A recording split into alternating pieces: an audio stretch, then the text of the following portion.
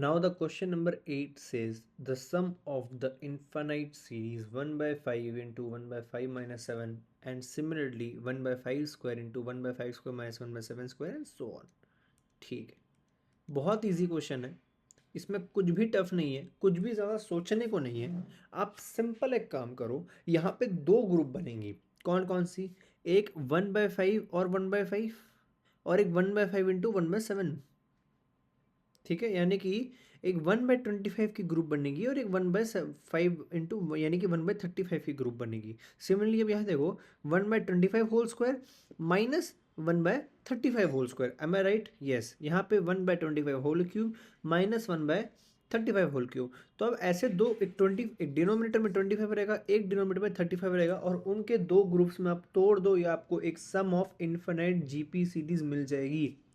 अगर आपने geometric progression series पढ़ा है तो आपको समझ में आ जाएगा कि मैं किसके बारे में बात कर रहा हूँ। ठीक है, नाउ लेट्स प्रोसीड। तो मैंने ना सबको तोड़ दिया। ठीक है, ये हो गया 1/25, ये हो गया -1/35। ठीक है, मैंने पहले ग्रुप को तोड़ा, फिर मैं अब दूसरे ग्रुप को तोड़ रहा हूँ। Plus 1/25 whole square.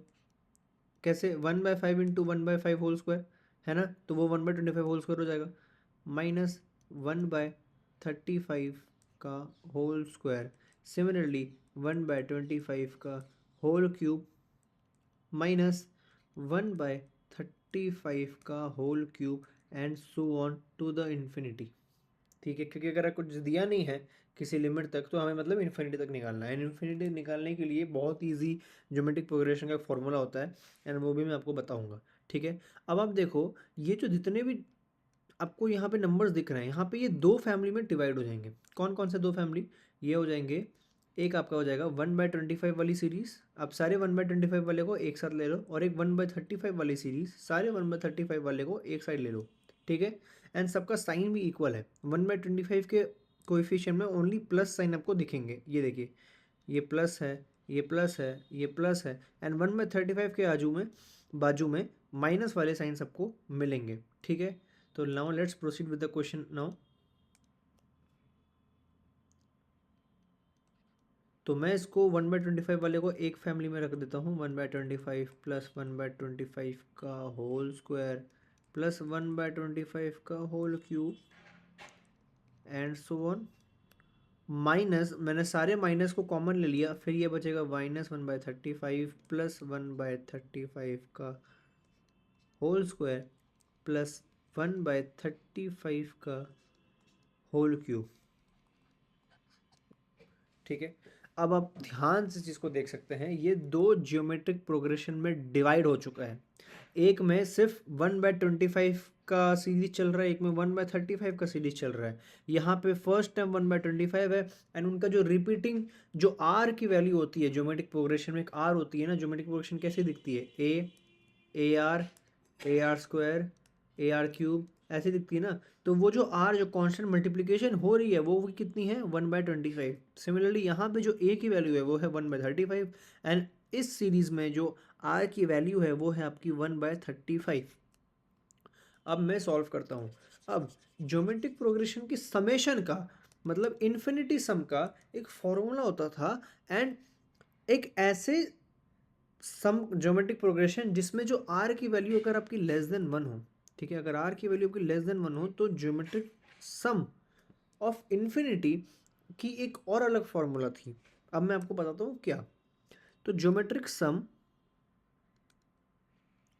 For infinity, मतलब इन्फिनिटी तक सम अगर हम करेंगे तो उसकी वैल्यू होती थी ए इंटू आर की power n-1 divide by r-1। But this is for the general formula, ये जनरल फार्मूला है। ओके, ये जनरल फार्मूला है। लेकिन अगर आपका आर ही 1 से कम है तो आप खुद लॉजिक लगाओ। अगर आर 1 से कम है तो आर की पावर n यहाँ पे क्या है? Number of terms. Number of terms क्या है? इन्फिनिटी। यहाँ पे n, इस केस में n की वैल्यू इन्फिनिटी है आपकी, करेक्ट। तो जो यहाँ पे इन्फिनिटी है, कोई भी नंबर जो 1 से कम है, मान लो 1/5 ही मान लो, एंड उसकी पर इन्फिनिटी, वो क्या हो जाएगा? ये हो जाएगा 0 के बराबर। यस, क्योंकि ये फाइनली क्या बनेगा? ये बनेगा 1/5 की पावर इन्फिनिटी, और मतलब कि denominator will be very big value तो ये ज़ीरो के आसपास वैल्यू बन जाती है, जिसको हम ऐसा ज़ीरो ही ट्रीट करते हैं, ठीक है, जिसको नेग्लिजिबल ट्रीट करते हैं। इसीलिए जब r लेस देन 1 होता है एंड फिर अगर हमें इन्फिनिटी ज्योमेट्रिक सम निकालना होता है तो इसकी वैल्यू क्या होती है, वो आपकी बन जाती है a -1 बाय r -1। अब माइनस को मैं नीचे भेज देता हूँ क्योंकि ये माइनस a बाय r -1 बन जाएगा, तो साइन को हटाने के लिए a बाय 1 माइनस r में लिख सकता हूँ, करेक्ट। तो this is the geometric sum for infinite series अगर मेरी r की वैल्यू लेस देन 1 है देन ओनली। एंड अगर आप इसमें देखें, इस ज्योमेट्रिक सम में और इस ज्योमेट्रिक सम में दोनों में r की वैल्यू लेस देन 1 है। क्यों? अगर मैं आपको, अब मेरे को खुद बताओ, ये देख के इस वाले में r की वैल्यू क्या है, r की वैल्यू है आपकी 1/25, क्योंकि देखोगे तो हर टर्म्स 1/25 से स्क्वायर मतलब एक पावर में इंक्रीज हो रहा है, करेक्ट। एंड इस ज्योमेट्रिक प्रोग्रेशन में r की वैल्यू है 1/35। ये both is less than 1, both of them are less than 1, ठीक है। तो अब मैं इसका सम निकालता हूँ और मैं इस वाले ज्योमेट्रिक प्रोग्रेशन का सम निकालूंगा, फिर इस वाले ज्योमेट्रिक प्रोग्रेशन का सम निकालूंगा, दोनों को सब्ट्रैक्ट कर दूंगा और मेरा आंसर बन के आ जाएगा। बस इतना सा सिंपल था क्वेश्चन था। आइए सॉल्व करते हैं। सो मैं पहले सीरीज की बात करता हूँ, मैं इसकी बात करता हूँ 1/25 प्लस 1/25 का whole square plus so infinity. ये वैल्यू मेरा बनेगा, ए की वैल्यू थी मेरी 1/25 डिवाइड बाई 1 माइनस आर की वैल्यू भी है मेरी 1/25, तो 1/25 डिवाइड बाई 24/25, ठीक है। अगर आपको डिवीजन आता है तो ये हो जाएगी 1/25 इंटू 25/4, तो ये आपकी बन के आ जाती है 1/24, ठीक है। अब दूसरा जो सीरीज था जिसको मुझे माइनस करना बाद में 1/25 वाले सीरीज के साथ माइनस करना, वो कौन सी है 1/35। तो मैं इसको भी सॉल्व करता हूँ 1/35, थोड़ा सा नीचे सॉल्व कर देते इसको ताकि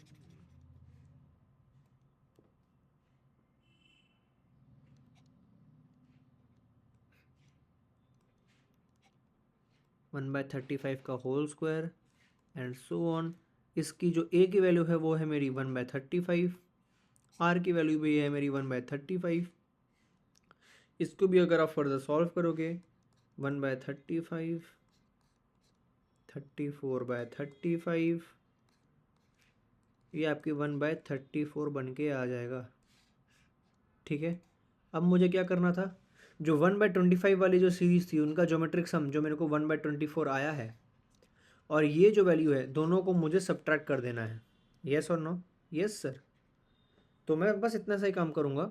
अब मैं क्या करूँगा, देयरफॉर जो मेरा आंसर बनेगा वो आंसर क्या होगा 1/24 विच इज़ सीरीज ऑफ 1/25 का ज्योमेट्रिक सम माइनस ऑफ 35 वाले 1/35 वाले ज्योमेट्रिक सम का वैल्यू विच इज़ 1/34। तो ये मैं लिखूँगा और मेरी वैल्यू बन जाएगी 34 माइनस 24/34 इंटू 24। तो ये आपका बन के आता है 10/816। दोनों 2 से डिविजिबल है तो ये मैं काट देता हूँ, तो ये मेरा बन जाएगा 5/408। तो आपका 5/408 आंसर बन के आ जाएगा, as simple as that. The question number 9 says the ABC are positive real numbers such that A is more than 10 and 10 is more than equal to B and B is more than equal to C, और हमें एक equation दे दिया गया है। फिर हमें निकालना है what is the greatest possible integer value of A which is less than. तो जो भी वैल्यू आएगी उसके हेल्प से A की सबसे least possible greatest integer value क्या हो सकती है। इसका मतलब अगर A की वैल्यू अगर आपकी आती है फॉर एग्जांपल 99.9, ठीक है, तो ग्रेटेस्ट पॉसिबल इंटीजर वैल्यू जो कि लेस देन है वो क्या हो जाएगी, A की वैल्यू इंटीजर वैल्यू क्या हो जाएगी 99 हो जाएगी, ठीक है। तो आपको वही बोल रहा है। अब हम इसको सॉल्व करते हैं। ये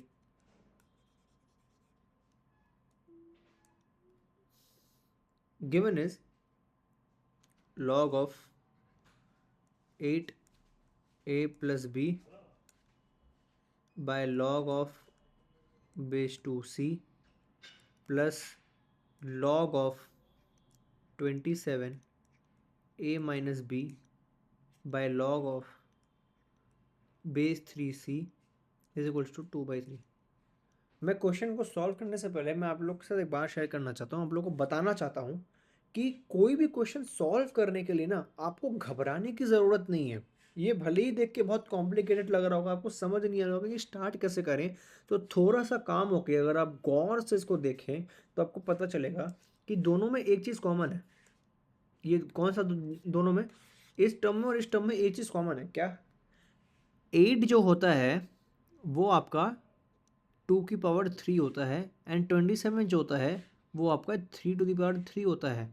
2 जो है वो आपका यहाँ पे बेस 2 के साथ ट्रीट हो रहा है, यहाँ जो 3 है वो आपका बेस 3 के साथ ट्रीट हो रहा है, यानी कि मैं कुछ तो चेंजेस कर सकता हूँ इस टर्म में और इस टर्म में, कुछ चेंजेस करके मैं उन बेस 2 को हटा सकता हूँ।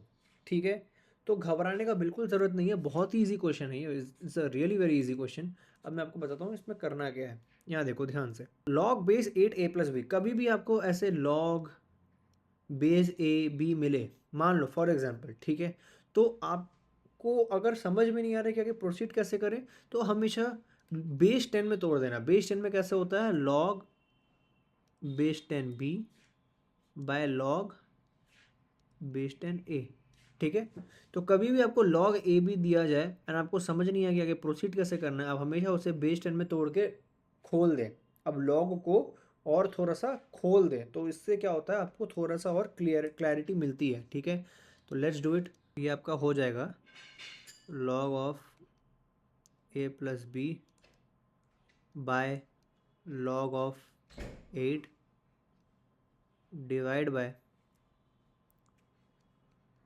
log of c by log of 2।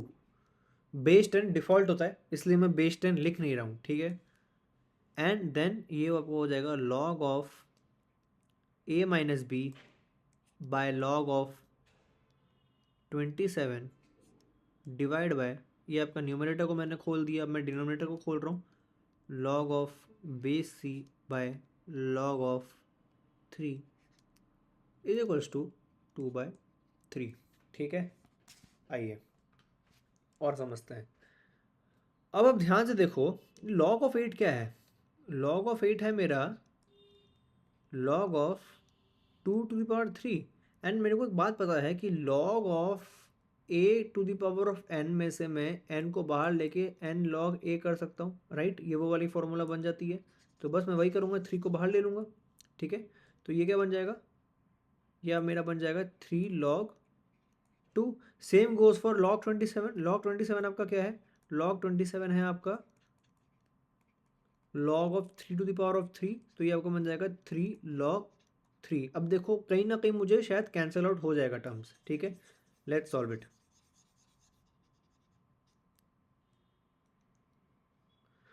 आइए, तो मैं इसको लिख देता हूँ, log ऑफ a+b बाय log ऑफ 8 को मैं 3 log 2 लिख सकता हूँ, अभी अभी आपको बताया, तो 3 log 2 मैं लिख देता हूँ। ठीक है, ये न्यूमरेटर में हो जाएगा, divide by log of c, या फिर डिवीजन एक काम करते हैं, डिवीजन नहीं करके आपको सीधा बताता हूँ। आपको पता है एक और चीज़ कि जो a/b है और c/d है, अगर डिवाइड होता है तो इसको हम a/b इंटू d/c भी लिख सकते हैं। यस, है ना? तो बस मैं वही करूँगा, मैं यहाँ पे क्या करूँगा, इंटू, यहाँ पे क्या था, log c बाय log 2, तो मैं कर दूंगा into log 2 by log c। Simple, मैं रेसिप्रोकल कर देता हूँ। हमेशा यही करना चाहिए, जब दो फ्रैक्शन आपको मिले, न्यूमरेटर में आपको एक फ्रैक्शन मिले a/b एंड डिनोमिनेटर आपको एक फ्रैक्शन मिले c/d, हमेशा रेसिप्रोकल कर दो, तो आपका आंसर क्या हो जाएगा? a/b into d/c। सिंपल, आप डिनोमिनेटर वाले फ्रैक्शन को हमेशा रेसिप्रोकल करके मल्टीप्लाई कर दो न्यूमरेटर के साथ, इतना सही करना होता है। ठीक है,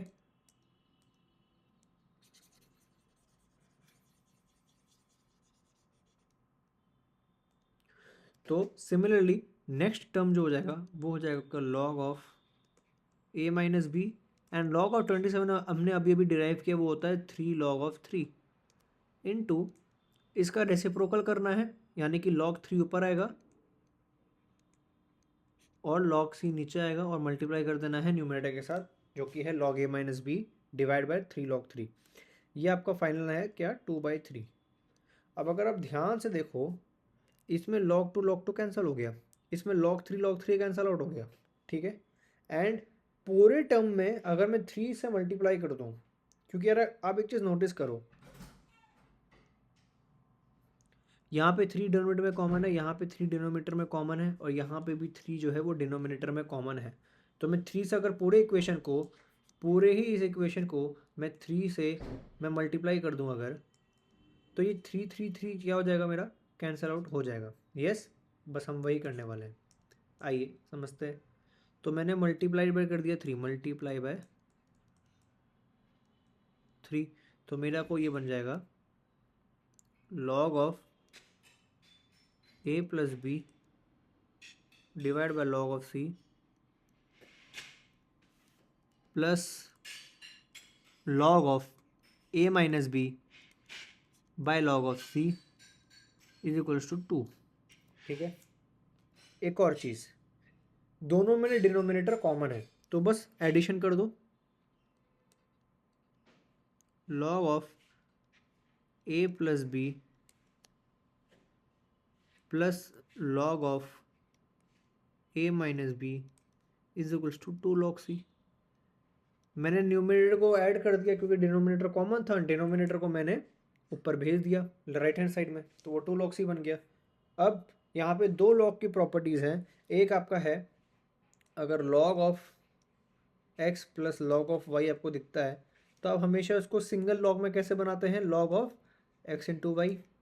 और जब भी आपको n log ऑफ x मिलता है तो उसको आप क्या करते हैं, log of x to the power of n करते हैं कि नहीं करते हैं। तो यहाँ पे आपकी ये 2 प्रॉपर्टी बन के आ जाती है, तो ये दोनों प्रॉपर्टी मैं अप्लाई करूँगा। यहाँ पे देखो log of a plus b plus log of a minus b, तो ये क्या हो जाएगा, log of a plus b into a minus b is equals to log of c square. अब आप देख सकते हैं कि log दोनों साइड से कैंसल आउट हो गया, and a plus b into a minus b is a square minus b square which is c square. So a square will be b square plus c square. तो इस equation से मेरे को अभी तक यही एक डेटा मिला है, that a square is equals to b square plus c square. इसको मैं वापस से यहाँ लिखता हूँ, ठीक है, let's write it here, a square is equals to b square plus c square. अगर मुझे ग्रेटेस्ट इंटीजर वैल्यू निकालना है a का, समझना, अगर मुझे इसका ग्रेटेस्ट वैल्यू चाहिए तो मतलब मुझे b का ग्रेटेस्ट वैल्यू चाहिए और c का ग्रेटेस्ट वैल्यू चाहिए, एंड फिर उसको मैं एडिशन कर दूंगा तो मुझे a का भी ग्रेटेस्ट इंटीजर वैल्यू मिलके आ जाएगा। सही। अब आप क्वेश्चन में ध्यान दो कि b जो है वो 10 से कम हो सकता है, 10 हो सकता है या 10 से कम हो सकता है, यानी कि b की जो मैक्स वैल्यू है, b की जो मैक्स वैल्यू है वो मेरी 10 हो सकती है, करेक्ट। अगेन रिपीट करता हूँ, मुझे अगर greatest possible integer of a निकालना है, उसके लिए because a is dependent on b and c, तो मैं b का ग्रेटेस्ट इंटीजर निकालूंगा, c का ग्रेटेस्ट इंटीजर निकालूंगा, दोनों को ऐड करूंगा तो मुझे a का भी ग्रेटेस्ट इंटीजर वैल्यू मिल जाएगा। एंड यहाँ पे इनइक्वालिटी में दिया गया है that b is less than equal to 10, so b can be either 10 और लेस देन 10, तो यानी कि b का जो मैक्सिमम इंटीजर है वो 10 हो सकता है, एंड c का जो मैक्सिमम इंटीजर है या फिर c का जो मैक्सिमम वैल्यू है वो b के बराबर हो सकता है, because c is less than equal to b, यानी कि c जो होगा वो b या b से कम होगा। तो अगर मैं c का मैक्स वैल्यू बोलूँ तो वो b हो सकता है, एंड b का मैक्स वैल्यू क्या है, 10 है, यानी कि c का मैक्स वैल्यू भी क्या होगा, 10 होगा, यानी कि b का मैक्स वैल्यू 10, c का मैक्स वैल्यू 10, दोनों को मैं इधर पुट करूँगा, ठीक है, एंड फिर मैं अपने फाइनल आंसर पे पहुँचूँगा।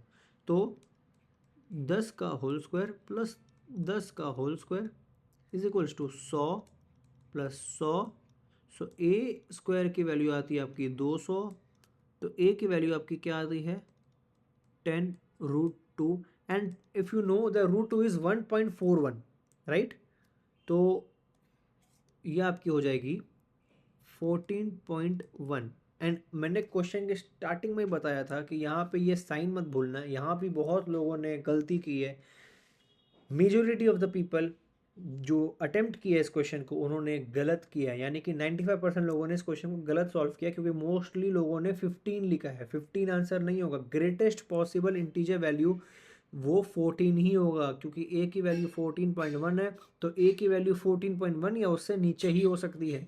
So your answer will be 14। Okay.